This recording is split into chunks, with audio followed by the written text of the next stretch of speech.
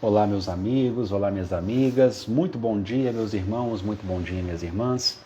Para nós é uma alegria retornar aqui pelo Espiritismo 24 horas com o estudo sequenciado da obra Agenda Cristã, da Lavra Psicográfica de Francisco Cândido Xavier e autoria de André Luiz. Já fizemos por esse canal o estudo da obra Sinal Verde, também leitura e comentário de todos os seus capítulos. Nós temos esses estudos todos disponibilizados em nosso canal do YouTube.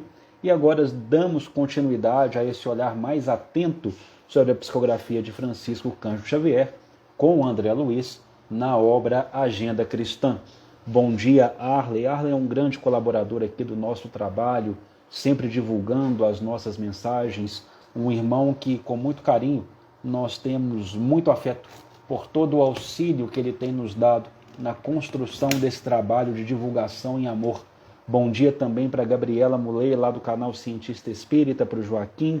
O canal Cientista Espírita, que a Gabriela coordena com tanto afinco, com tanto amor, é um que nós sempre recomendamos por aqui, porque além de nos repassar conteúdos dessa doutrina consoladora e do Evangelho de nosso Senhor Jesus Cristo, a Gabriela também faz um trabalho muito bonito, trazendo uma questão da sua área profissional, da psicologia, que tanto nós precisamos no dia de hoje. Então, sempre que posso, recomendo àqueles que ainda não conhecem, que ainda não seguem, que possam ir até o canal da Gabriela Mulei, o Cientista Espírita, porque com certeza é um refrigério para a nossa alma. Bom dia a todos os que estão entrando, que estão conectando os corações aos nossos corações. E a nossa metodologia do estudo é uma metodologia bem simples. Primeiro nós fazemos a leitura do capítulo e depois nós retornamos ponto a ponto, comentando, trazendo ali as nossas observações do que talvez André Luiz tenha querido nos dizer com a lição do dia. Nós também contamos com os comentários, com as perguntas, com o auxílio de todos. E contamos também para que cada um dos que aqui está possa convidar mais pessoas a irmanar os corações conosco. Enviando, nós temos aqui uma setinha, 45 graus, enviando o convite para os conhecidos, para os familiares, para os amigos, porque esse trabalho só cresce com a ajuda de vocês. O capítulo de hoje da obra Agenda Cristã é o capítulo de número 8, Irmãos em Perigo. E André Luiz irá nos dizer: são irmãos em perigo os que pretendem transformar o próximo de um dia para o outro a golpes verbais. São irmãos em perigo os que descobrem pareceres inteligentes e bons conselhos para todas as pessoas, distraídos dos problemas que lhes são próprios. São irmãos em perigo os que colocam a mente em outro mundo, de maneira absoluta, sem atender aos deveres do mundo em que respiram.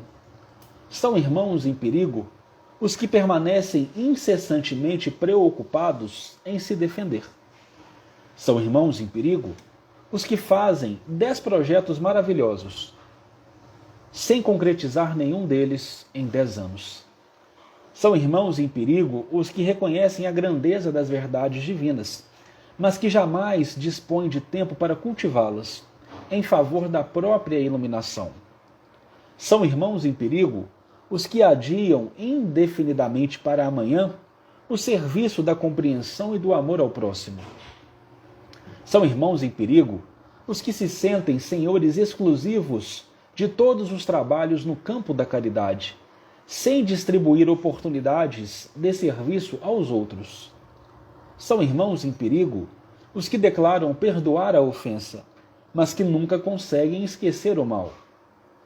São irmãos em perigo os que encontram ensejo de se entediarem da vida.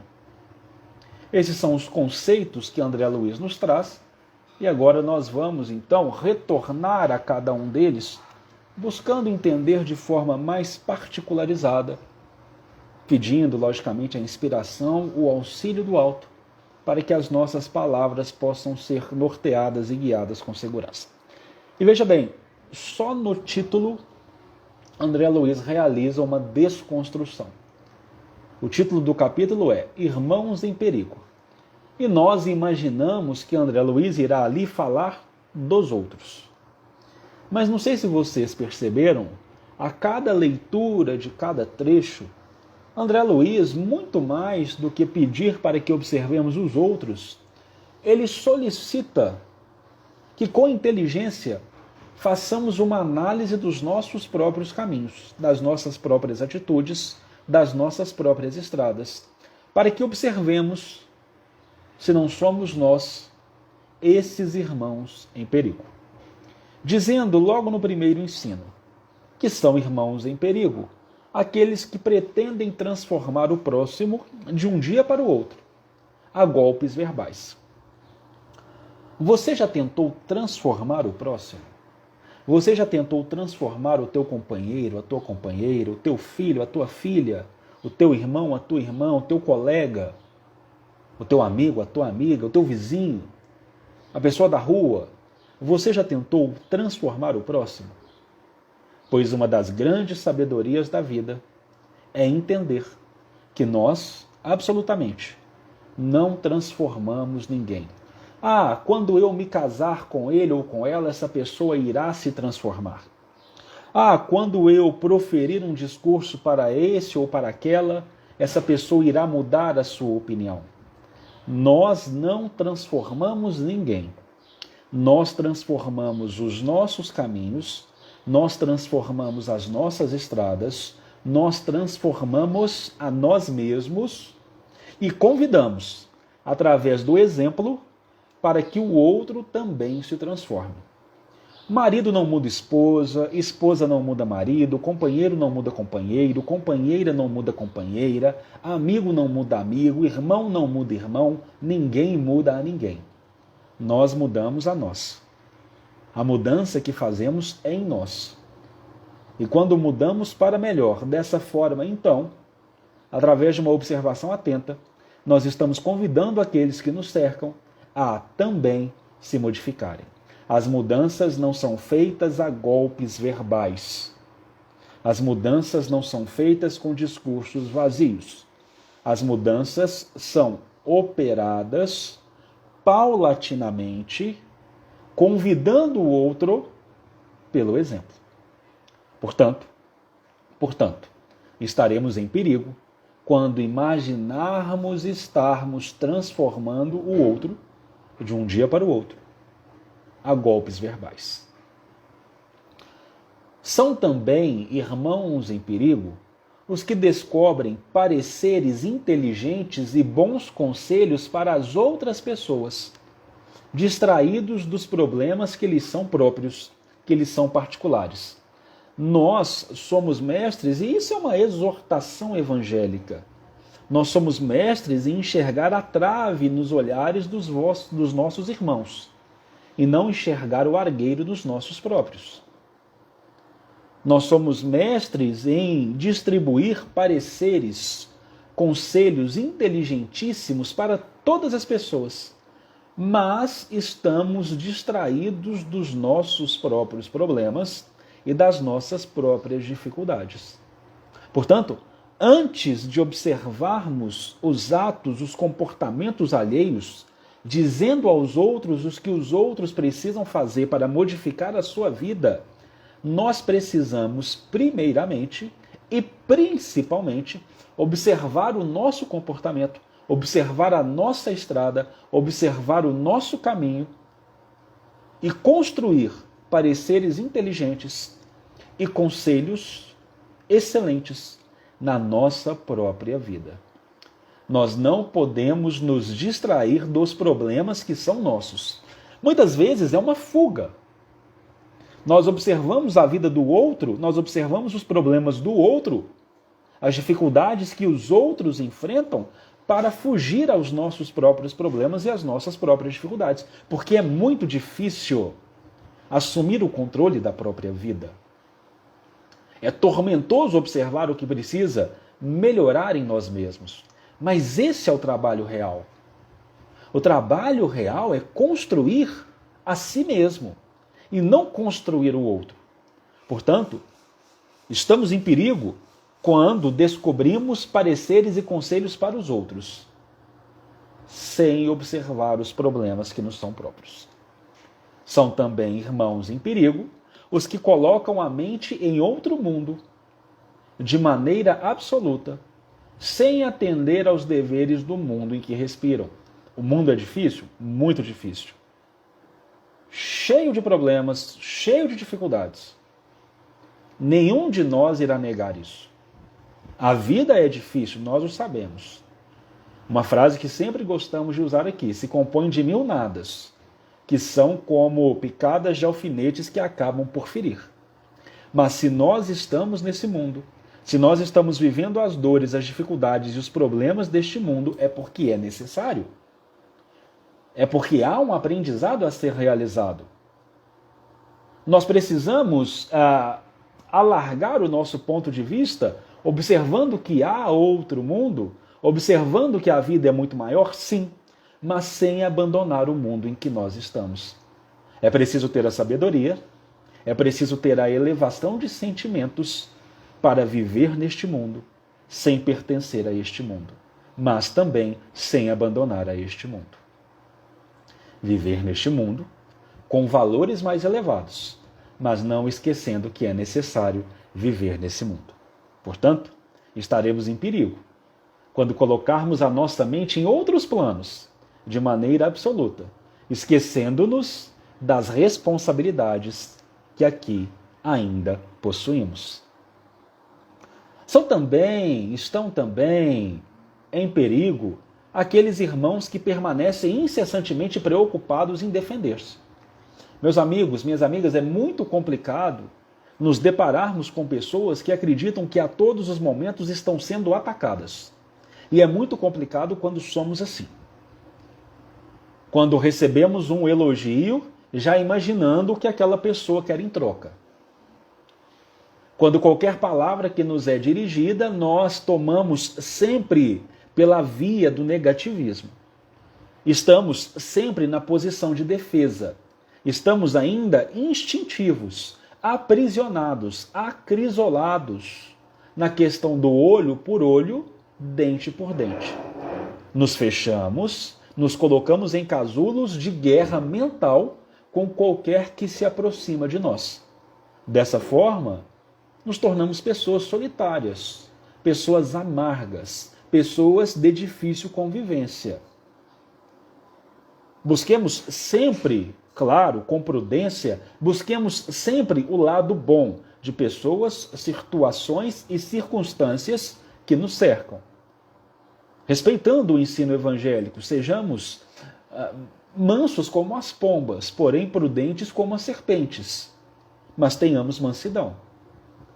Não estejamos sempre em atitude de defesa, porque essa atitude acabará afastando aqueles que nos cercam. Busquemos o bom olhar, com prudência, claro, mas busquemos o bom olhar, porque estaremos em perigo se permanecermos incessantemente preocupados com a nossa defesa pessoal. São também irmãos em perigo os que fazem 10 projetos maravilhosos por dia, sem concretizar nenhum deles em 10 anos. Quantos projetos você fez esse ano? Quantos projetos você fez nesse mês que se encerra? Quantos projetos você fez essa semana? Quantos projetos você fez hoje? Quais desses projetos você colocou em prática? Faça projetos. Mas faça projetos possíveis de serem colocados em prática.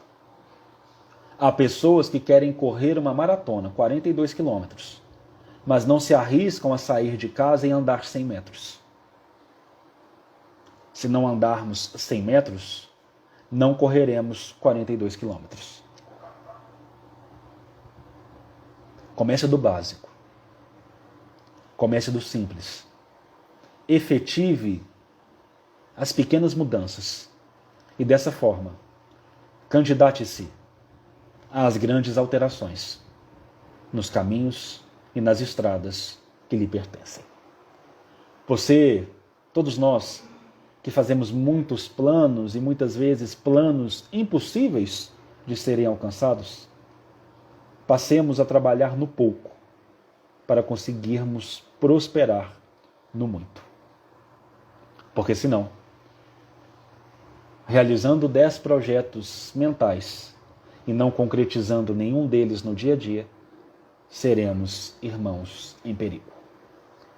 São também irmãos em perigo, estão também em perigo, aqueles que reconhecem a grandeza das verdades divinas, mas que jamais dispõem de tempo para cultivá-las em favor da própria iluminação. Se Jesus já tocou o teu coração, se ele já tocou o nosso coração, nós precisamos colocá-lo em prática no nosso dia a dia. Emmanuel tem uma frase muito bonita na abertura do livro Caminho, Verdade e Vida, que o Evangelho não é apenas para meditação contemplativa. Não é uma questão de breviário para o genuflexório. O Evangelho é uma postura a ser adotada nos teus passos, nos meus passos. Porque o Evangelho representa essa grandeza das verdades divinas. Se ele já tocou o nosso coração, nós não podemos mais nos fazer de desentendidos. Nós precisamos abraçar as mudanças. Nós precisamos abraçar as transformações que o Evangelho nos convida a fazer.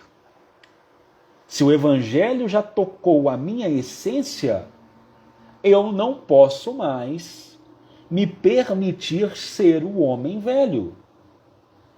Eu preciso, pelo menos em algum ponto da minha curva existencial, eu preciso ser melhor do que antes.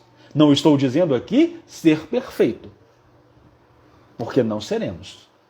Mas que eu preciso ser um pouco melhor do que eu era antes e trabalhar constantemente para que esse pouco vá progressivamente ampliando-se, isso sim eu preciso. Portanto, eu não posso aqui passar o pano. Se você conhece o Evangelho, se eu conheço o Evangelho, se a verdade divina já tocou o meu coração e eu não melhorei em nada, eu estou errado. Eu estou errado. Eu estou em perigo, pois eu reconheci a grandeza das verdades divinas e não tive tempo, ou pelo menos aleguei não ter tempo para cultivá-las em favor da minha própria iluminação. São também irmãos em perigo aqueles que adiam indefinidamente para amanhã o serviço da compreensão e do amor ao próximo. Para amanhã, para a semana seguinte, para o próximo mês, para o próximo ano, para a próxima década, para a próxima vida.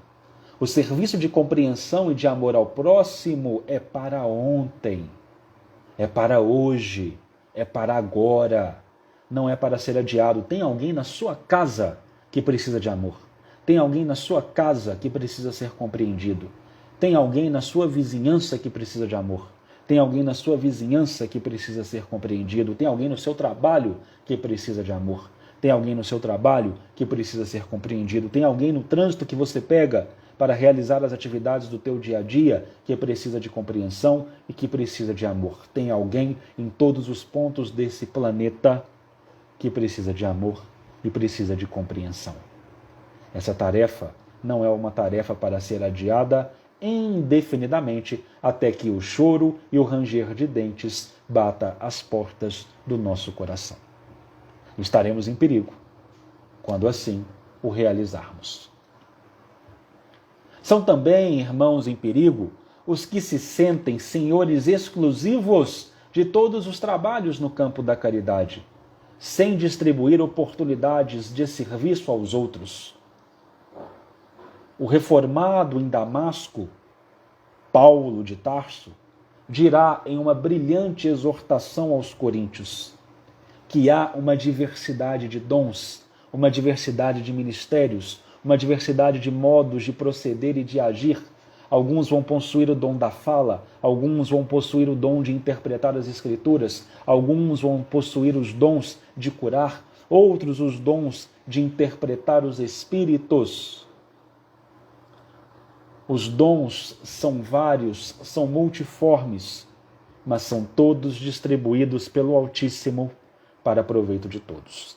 Nenhum de nós é senhor exclusivo de qualquer trabalho no campo da caridade.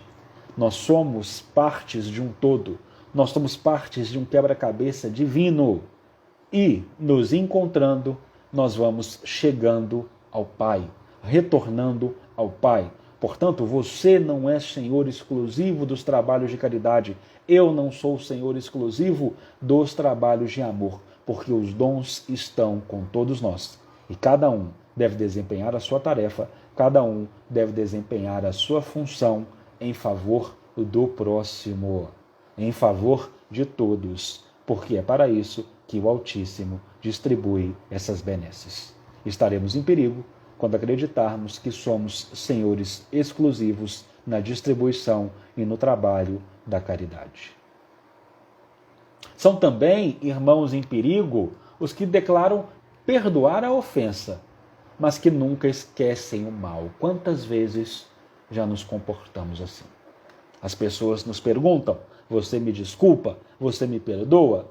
E nós categoricamente afirmamos: não se preocupe, são águas passadas e águas passadas não movem moinhos. Mas por dentro estamos em guerra, em batalha profunda com aquele ato.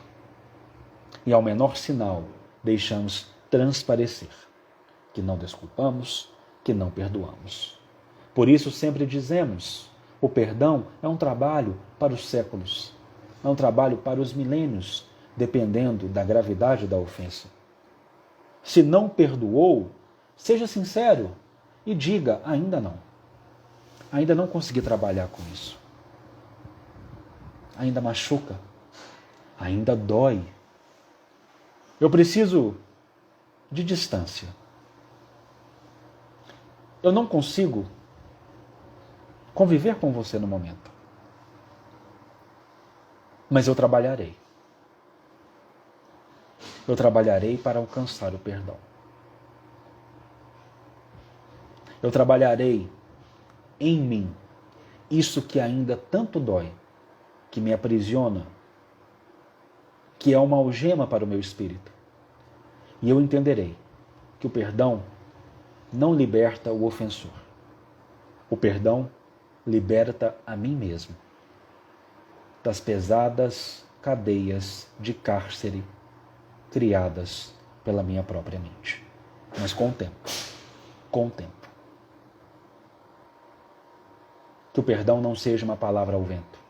Que saibamos reconhecer aquilo que nós estamos verdadeiramente sentindo. Porque assim nos conhecemos e entendemos onde precisamos trabalhar.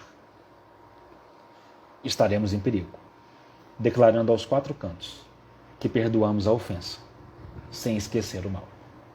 E finalmente, estaremos em perigo. São irmãos em perigo os que encontram ensejo de se entediarem da vida. Sempre que Francisco Cândido Xavier sentia-se desanimado, desalentado, ensimesmado com as dores da vida, Emmanuel recomendava que ele se dirigisse aos bairros com maiores problemas da cidade de Uberaba. Para quê? Para olhar para os outros rindo, porque eles tinham problemas maiores? De forma alguma. Mas para entender que todos nós temos os nossos problemas, que todos nós temos as nossas dificuldades, e é na dor que nós igualamos. Igualamos as oportunidades de ajudar. A dor é um mecanismo abençoado que nos faz irmãos e irmãs, porque percebemos o quanto nós necessitamos uns dos outros, o quanto precisamos trabalhar o amor uns com os outros. E esse trabalho em amor,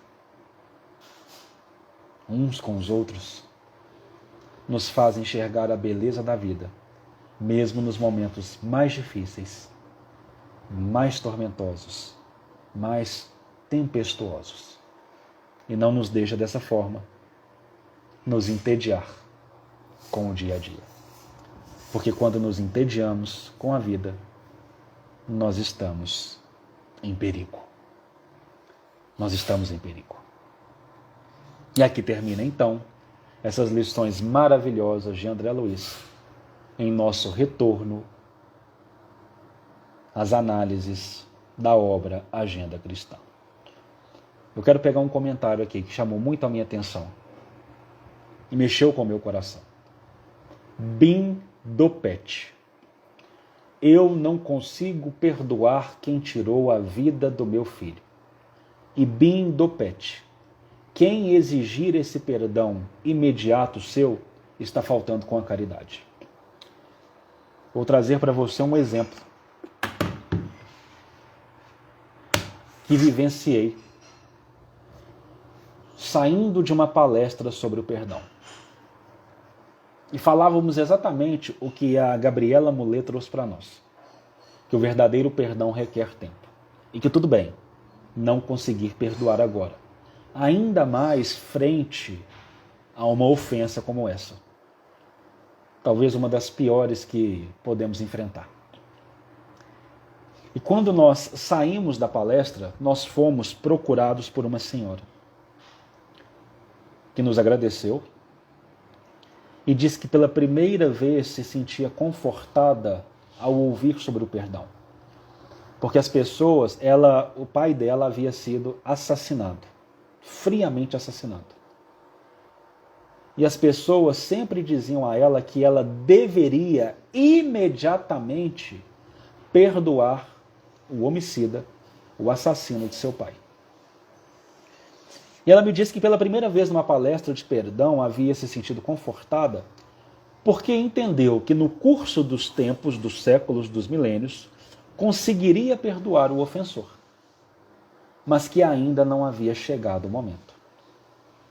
E quando nós falávamos sobre perdão, nós trazíamos a construção do amor aos inimigos que Kardec, e eu recomendo a você, Bim Dopet, se ainda não fez a leitura, que faça, e se já fez, que retorne a essa leitura, do capítulo 12 do Evangelho segundo o Espiritismo, Amai os vossos inimigos, onde nós temos ali a explicação da ressignificação que Jesus nos traz dentro do evangelista Mateus, capítulo 6, se eu não me engano, quando ele nos fala: aprendestes o que foi dito aos antigos, amareis aos vossos irmãos e odiareis aos vossos inimigos. Eu, porém, em verdade vos digo. E aí ele vai nos colocando, amai aquele que vos causa algum prejuízo, aquele que ofende, aquele que maltrata. E aí ele vai fazendo a construção paulatina, ressignificando esse conceito. E aí Kardec vai nos dizer que esse conceito de amar ao inimigo precisa ser melhor entendido, melhor interpretado. E aí ele nos coloca, no segundo parágrafo das suas explanações, e aqui eu estou falando de cabeça, me perdoem se eu esquecer alguma coisa, que amar ao inimigo não significa ter para com ele as mesmas exortações e os mesmos movimentos de amor que nós temos com relação aos nossos amigos, aqueles que nos amam, aqueles que nos fazem bem. E de forma brilhante, o codificador nos traz uma construção deste amor. E aí ele vai dizer: amar ao inimigo significa não ter para com ele nem ódio, nem rancor, nem desejo de vingança. Significa, em algum momento, felicitar-se, inclusive, com as alegrias daquele que nos ofendeu. Mas é uma construção com o tempo. E aí essa senhora, retornando ao caso, nos dizia: eu não consigo... E é isso que ela nos traz, Bim Dopet, é isso que ela nos traz. Ela fala: olha, eu não consigo perdoá-lo, mas depois de alguns anos, eu consigo não mais pensar como pensava nos primeiros momentos, que eu queria ir até a cela que ele estava preso e fazer com ele a mesma coisa que ele havia feito com meu pai. Então eu já não conseguia desejar a ele o mal. E com lágrimas nos olhares ela nos disse: apesar de ainda não perdoar, hoje eu já consigo orar por ele. Porque sei que neste mundo todos caímos, todos falhamos. Hoje eu já consigo orar por ele. Já é uma construção do perdão. No curso dos anos, no curso dos séculos, no curso dos milênios, o perdão chegará. Mas é um trabalho constante. Portanto, não se culpe. Você está no caminho de alcançar esse perdão. Que Jesus abençoe a você, abençoe o seu coração. Tenha certeza que em minhas preces, hoje, há um local para o teu espírito. E saiba que, por mais difícil que seja, estamos todos protegidos pelo coração do Altíssimo. Em algum momento, tudo se explica, tudo se resolve, tudo se pacifica e todos nós nos reencontramos em amor, de onde nunca deveríamos ter saído. Muito obrigado pela presença de todos. Contem sempre conosco para o que precisarem. E amanhã, percebam sempre isso que a Gabriela Mulê trouxe para nós, quando falarmos com um ser humano, que sejamos outro ser humano, que não sejamos frios, não sejamos técnicos, nós precisamos nos abraçar. Amanhã, às 10 horas da manhã, estaremos em retorno, com o capítulo 9 do livro Agenda Cristã. Convidem mais pessoas, convidem mais amigos, estejamos sempre unidos em amor. Até lá. Tchau, tchau.